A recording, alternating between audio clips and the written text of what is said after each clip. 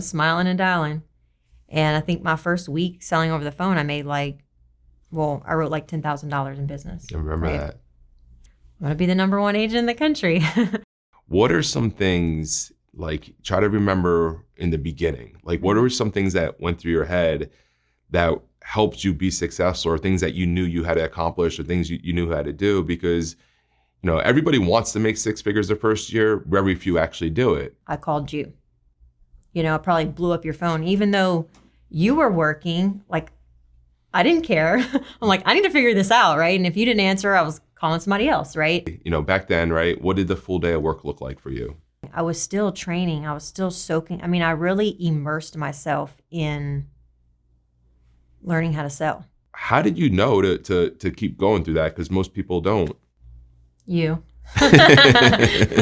Welcome to my show of ordinary people doing extraordinary things, where we hear from regular people who got tired of living their ordinary lives and were not afraid to make that jump. You gotta be different. You can't be doing what everyone else is doing. You gotta create action. You gotta create momentum. So I'm looking for demand and I'm looking for mentorship, because I wanted to know everything my mentor knew. People who are just like you and me. Hey, how you doing? My name is David Price. I'm here with Lady on Fire, Miss Bianca Menard.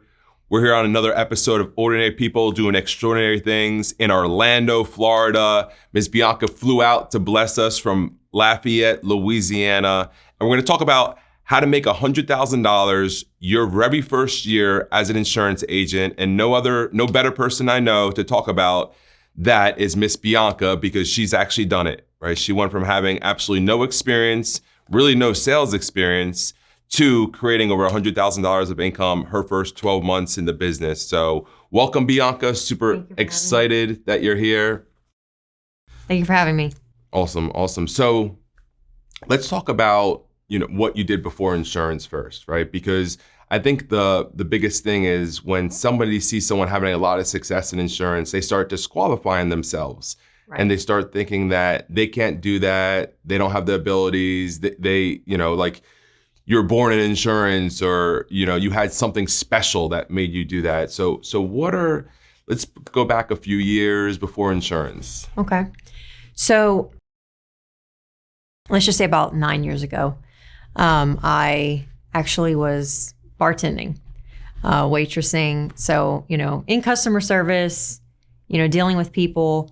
And then, I felt a call to go to school for counseling. And so, I was in school. I actually ended up working at a treatment center for drug addicts and alcoholics. I worked with adults for a few years, and then I started working with adolescents. So for the last 5 years, that's pretty much what I did. And I feel like the skills that I learned with that, which was dealing with people, I used to have to convince parents why they should leave their children in our hands, right? And so I've always loved to help people, so to me, that's what sales is learning how to talk to people and learning how to help people, right? Somebody has a problem, you're trying to help them solve it, so I feel like that's why I really have done well with insurance, because I always make it about helping people. Awesome. So a couple of things in there. First off, you're amazing at helping people, but income-wise. So before insurance, what would be the most you think you've made in a year? 30,000. 30,000. Okay. Maybe a little bit more. And then hours, right? Because I know, what you put in and the kind of work you put in, but when you're working for somebody else, when you're working as a bartender or a waitress, right, or at the treatment center, how many hours typically would you put in a week? I would say, when I was waitressing and bartending, the place I was working, I worked at a country club. We only worked 4 days a week, pretty much from 9 to 10. And then when I was working at the treatment center, I was probably working 50 hours a week. But there were times where, so I was a supervisor, so I would have to work overnights. I've worked 24 hours in a day before, and just definitely not getting paid for the work that I was putting in, but I've always been like that, somebody that, overcommitted and, was willing to show up no matter what, even if I wasn't getting paid exactly what I thought I was worth.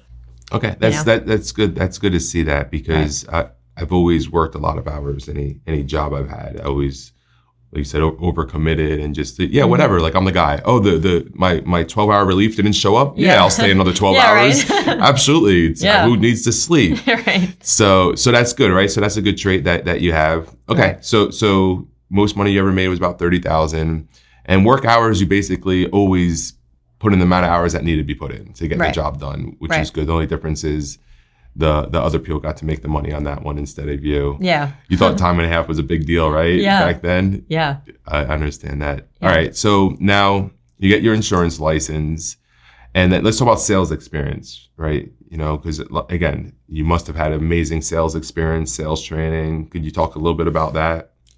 Yeah. So like the only sales experience I really ever had was, probably about, I guess, in between waitressing and working at the treatment center. I worked for a network marketing company.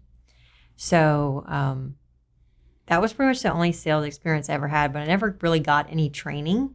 But, you're having to prospect, find people to buy your product.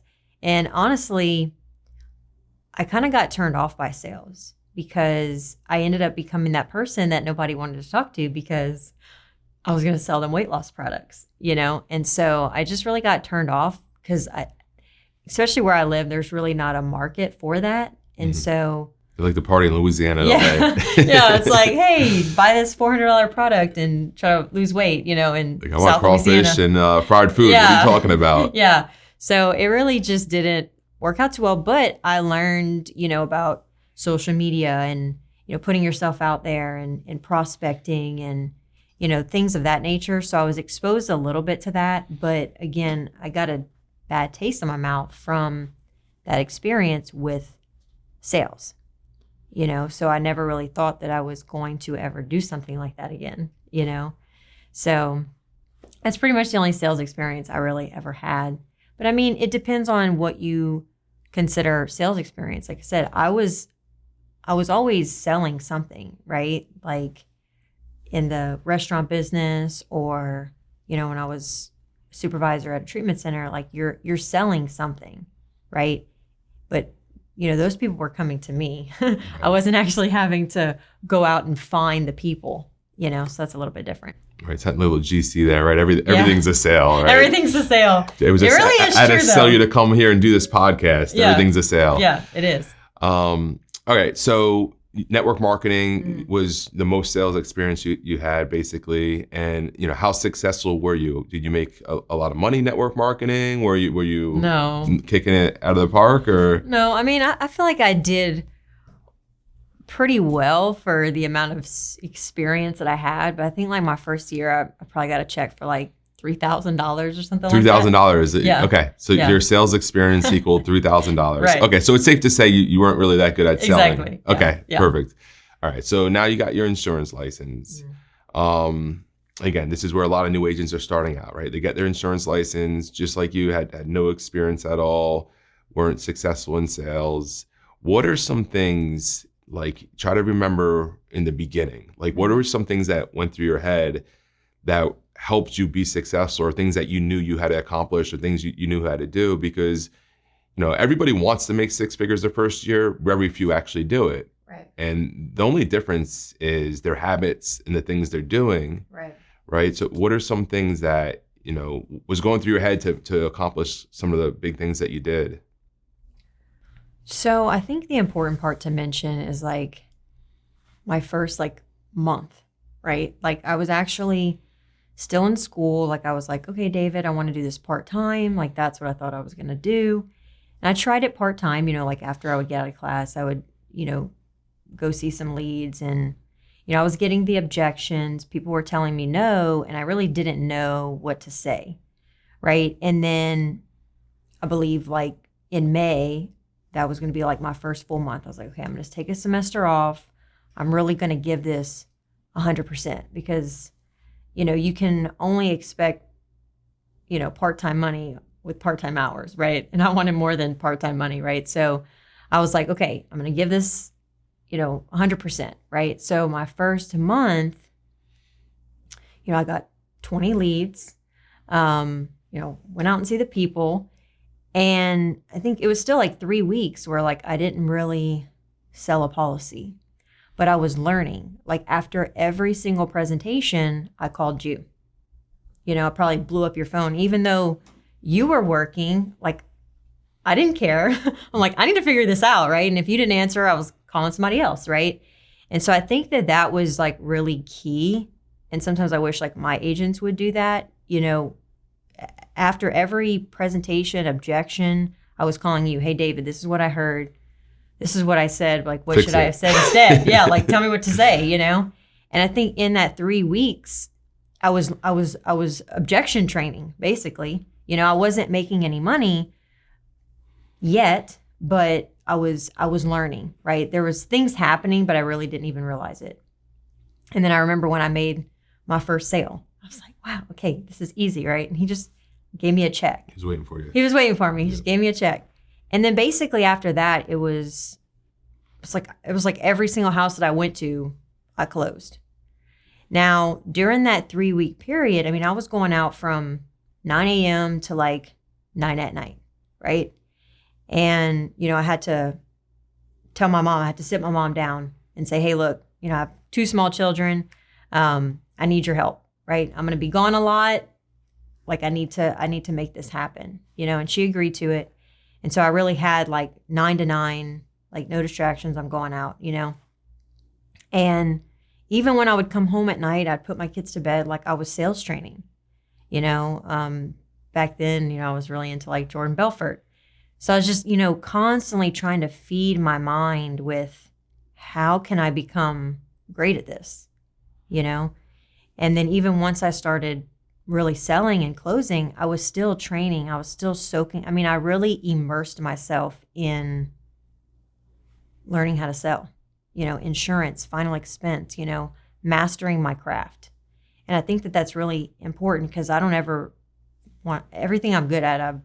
Everything I do, I'm pretty good at, right? So to not be good at this early on was very frustrating. But I knew, okay, there are people out there doing this and they're having success. So I know I can do it. I just have to do what they're doing, right? And I mean, I modeled a lot of things that, you showed me early on. But I think that that's really key. I mean, even that first month, I mean, I was working 7 days a week. Whatever it took to be successful, that's what I was going to do.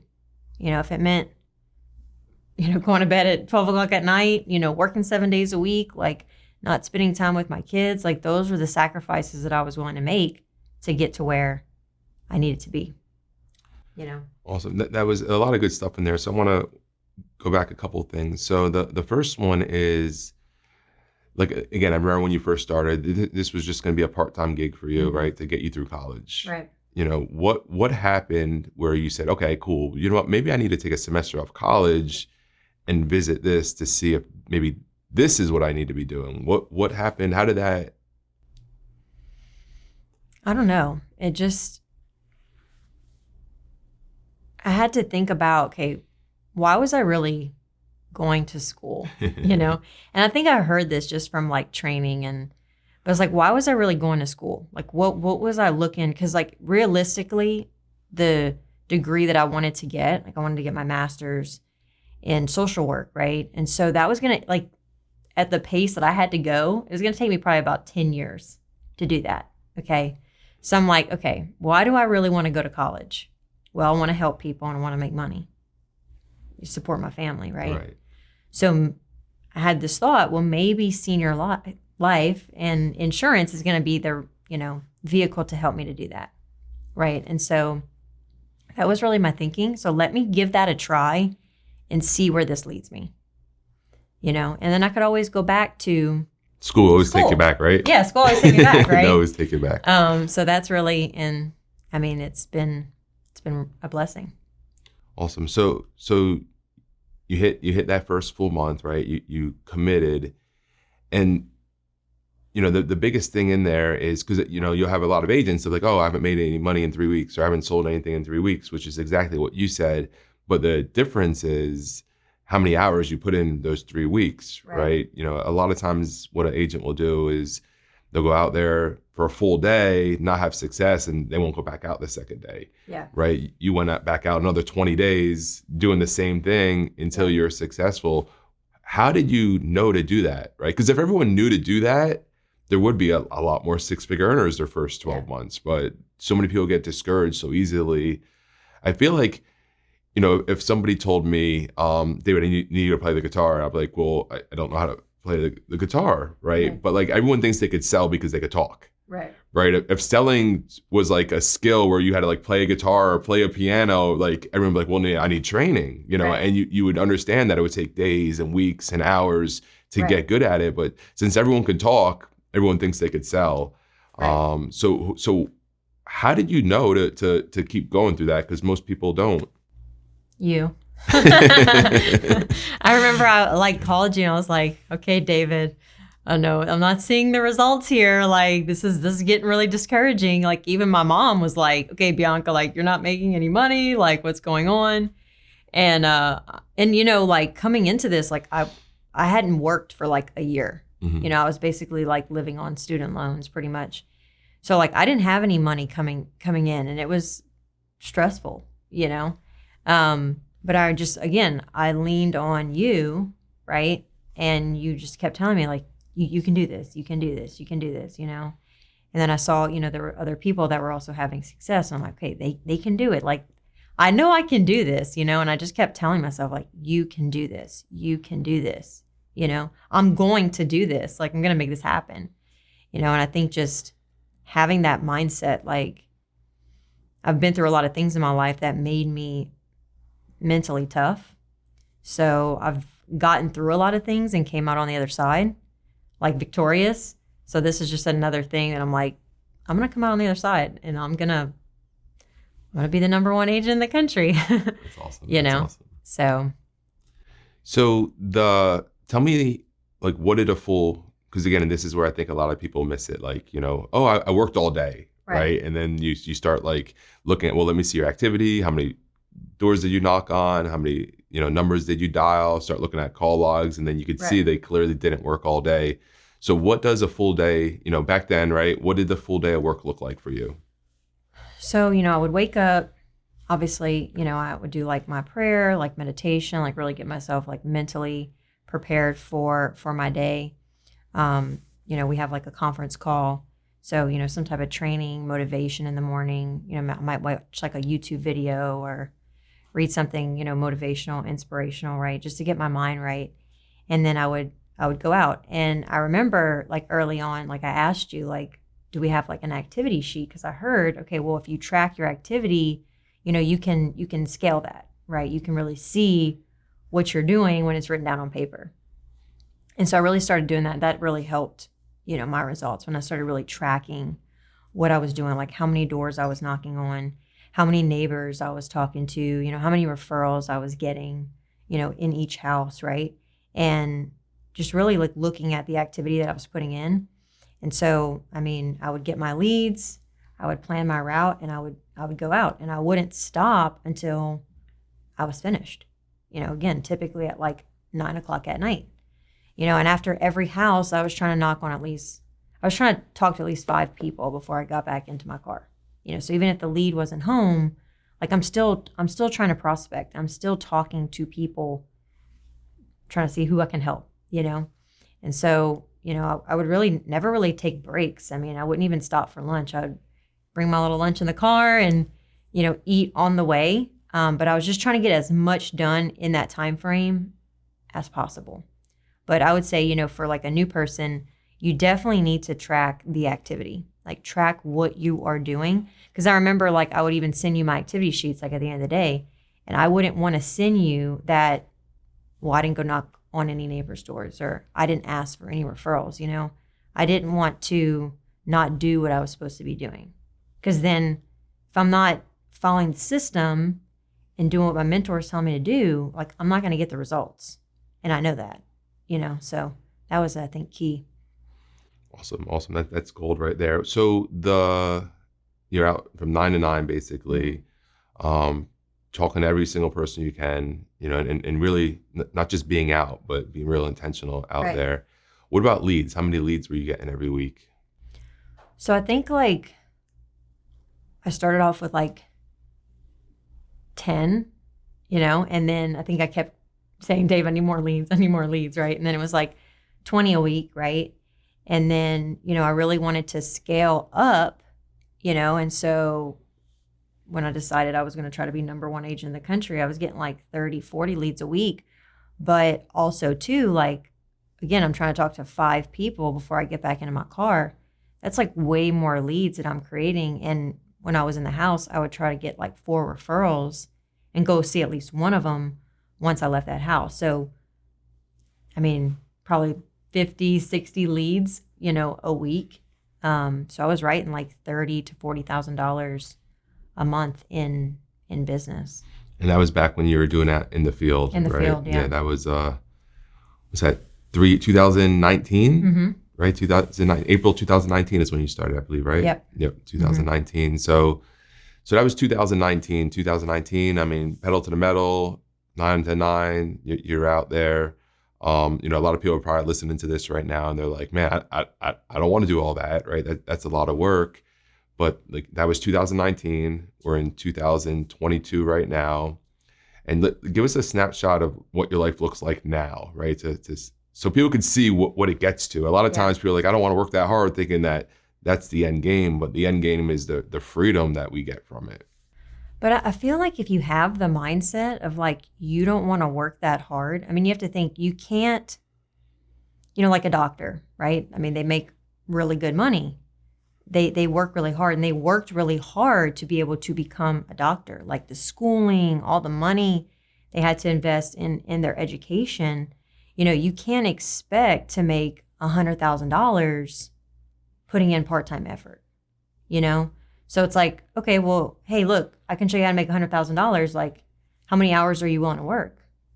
Well, all the hours, if I can make $100,000, especially because I've never made over $30,000 in a year before, So, but again, it is temporary, right? Like that was, like I told myself, I'm going to sacrifice for a year, My first year, I'm going to give it everything that I have and see what happens. And again, I accomplished what is it, like only 8% of people accomplish, right? So fast forward, right? COVID-19 happened, so which is honestly for me a blessing in disguise because, it really changed like my schedule and like how I run my business. So, we started selling over the phone, right? And that really, I was able to really maximize my time. I wasn't having to drive all over the place, like wear and tear on my car. I really don't like to drive, so, and that's really tiring, like going out, like getting in and out of your, like, people don't realize it, but like, you're like whooped at the end of the day. Even just like talking, like takes a lot of energy. So, being able to learn how to sell over the phone was, again, a huge blessing for me. Especially, being a single mom with 2 kids, being able to really work from home was a great opportunity, right? But I hear a lot of people say like, oh, I can't sell on the phone. It's too hard. Like, I'd rather just, do it face to face. Like how do you learn how to sell over the phone? I'm like, you really don't do anything differently. Mm-hmm. Like, it's all about the mindset. If you tell yourself, well, I can't sell on the phone, well, then you're not going to be able to sell on the phone. For me, I really didn't have an option. It was like, we have to learn how to sell on the phone. And so for me, I didn't do anything different. I took all of my leads that I had from, the past year. I mean, this was like direct mail leads, Facebook leads, website leads, aged leads, right? And I just put the stack in front of me and I'm like, I'm just going to start calling, smiling and dialing. And I think my first week selling over the phone, I made I wrote like $10,000 in business. I remember right? that. Like the first 2 weeks, so that really, I wasn't having to work as hard and I was able to get the same results. It's like, well, this is amazing, right? So. Yeah, let's clarify that. So you submitted $10,000 2 weeks in a row. Right. That those first 2 weeks on the phone. And I remember because I was a field agent myself and I thought the job couldn't be done on the phone. Right. COVID-19 happened and we decided to pivot real fast. Right. And, For the people that want to sell on the phone, it's simple. Pretend you can't go in the field. Yeah. That's it. You pretend you can't go in the field, you'll learn how to sell on the phone if you put the time in. Yeah. But yeah, I mean, you did absolutely amazing. And I always, when I, bring on new agents and they want to sell in the field, I always tell them, like, listen, you should learn the phone. Like when I see like a new agent that learned on the phone and started on the phone, and their quality of life their first year versus your quality of life your first year and my quality of life my first year, I mean, it's absolutely amazing how much freedom you have. Right. I mean, I think you were selling when we were in Mexico, weren't you? On our company trip, right? Mm-hmm. Yeah, I mean, it's just, you could sell wherever you want. I mean, you told me you sold a policy on the way here, right? On the phone. Yeah. So it definitely in an airport, just that's amazing. What would be some advice you would have to like a brand new agent that's watching this and basically just doesn't think they could do what you did? I would say, it really comes down to like the belief, right? The belief that if other people are doing it, you can do it, right? But the problem is that a lot of people, they're not willing to do what the highly successful people are willing to do. So the belief, right? Hey, if that that's always been my mindset. If that person can do it, I can do it. I just have to watch them, see what they're doing, and then basically model that, and I'm willing to do that. So I think a lot of people, especially a newer agent, they just like the confidence, like the belief in themselves, isn't there. And I can understand it when you're not selling, you're getting told no, you're getting doors slammed in your face, you're getting hung up on. It's hard to have that confidence. But that's where the training also comes into play. Okay, so obviously I'm not doing something right. So my skills have to improve so that I can start really getting paid what I'm worth. Because that's the thing with insurance, like you are going to get paid exactly what you're worth, which can be a good thing or a bad thing, just depending on what you're worth to the marketplace. So I feel like, the belief in yourself, but then also putting in like the work and the training to sharpen your skills to become a master at your craft, so constantly be learning, constantly be trying to improve yourself, your mindset, you as a person, so that you can attract the things in life that you want. Absolutely. I love that. So what kind of timetable would you give like a new agent? Let's say I'm brand new or maybe I'm looking to get hired. I'm like, hey, Bianca, I'm thinking about getting my insurance license. How long will it take for me to start making money? Because I got a family I gotta help feed. How long till you start making money? Yeah. So you can start making money right away, right? Mm-hmm. It's just what are you willing to do? What are you willing to do? What are you willing to do?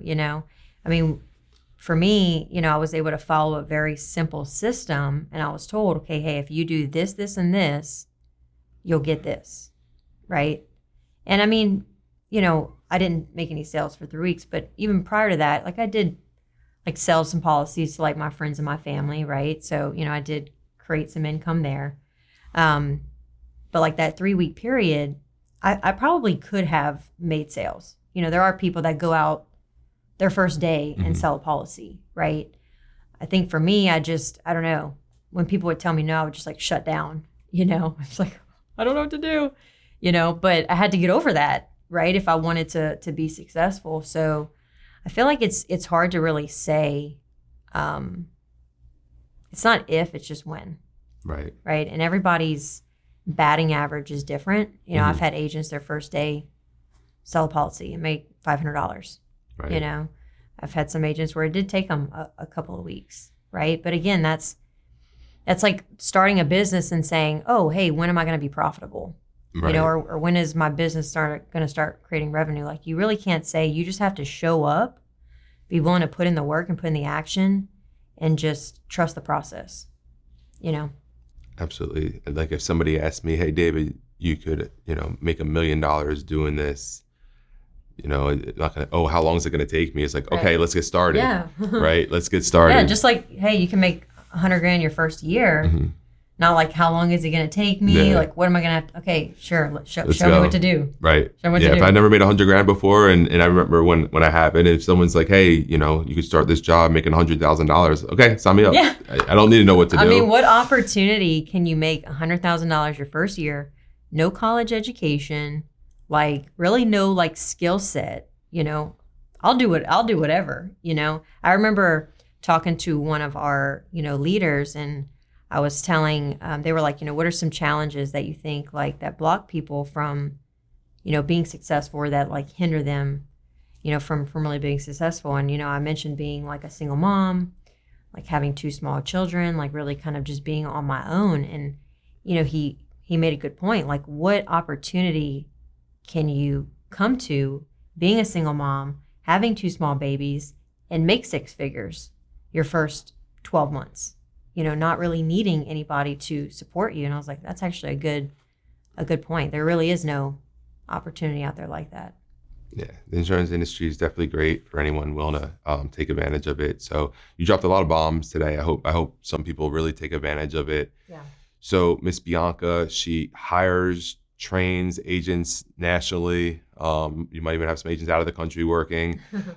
Teaches really good. I mean, she could teach you how to sell on the phone or in the field. I mean, she's a master telesales agent. If somebody wants to reach out to you, possibly join your team, get mentored and trained directly from you, what's the best way that they can get in touch with you? So through Facebook Messenger, through Instagram, you can call me directly. You know, I'm willing to help. I mean, that's definitely something I'm very passionate about. You know, it's like, cool, I've been able to make $100,000. You know, I've been #1 agent in the country. You know, I've broken tons of records, right? But at this point now, like, I want to show other people how to do what I do. How anybody, it doesn't matter where you're from, what you've done previously, you can do exactly what I've been able to do if you're willing to put in the work, you know. So Absolutely. Hit me up if you want to join my team. What's your Instagram handle? I am Bianca Menard. There you go. So go to I am Bianca Menard, follow her, send her a message, and see if Bianca could help you help yourself change your life. Yes. So again, Bianca, thank you. This has been another great episode of Ordinary People Doing Extraordinary Things. If you like what you see, please hit the thumbs up. Please follow. It helps us make some more videos for you. Have a wonderful day.